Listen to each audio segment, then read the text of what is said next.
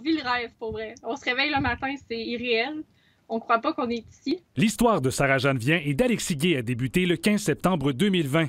Ils ont tous deux quitté leur emploi pour réaliser un rêve commun, faire le tour du monde en voilier. C'est beau les Bahamas. Le jeune couple de Lévis se trouve maintenant aux Bahamas, mais pour s'y rendre, la pandémie a ajouté quelques épreuves à leur itinéraire. Le défi le plus gros qu'on a eu du voyage, c'est surtout de traverser les douanes canado-américaines. Donc, ce qu'on a fait, on s'est rendu le plus proche possible des frontières avec notre bateau.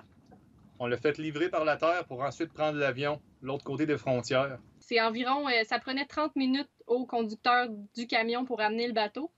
Nous, ça nous a pris une journée complète de se rendre au même endroit. Sarah-Jeanne et Alexis ont ensuite parcouru la côte est américaine. Ils ont constaté que la réalité est bien différente là-bas. On était en isolement sur notre bateau, on naviguait à tous les jours. Les fois où on arrêtait, on pouvait aller dans des restaurants, des bars, tout était ouvert aux États-Unis.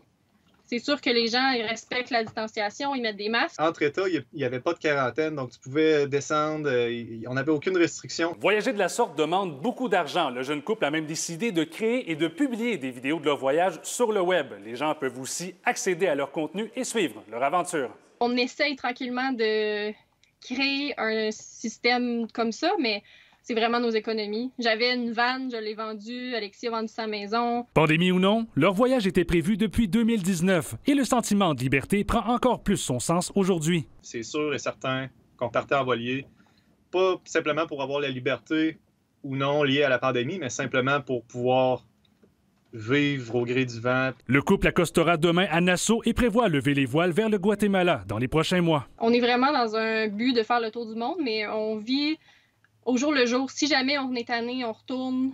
Mais tant qu'on va s'amuser, tant qu'on va aimer ça, on va continuer. Kevin Dupont, TVA Nouvelles, à Québec.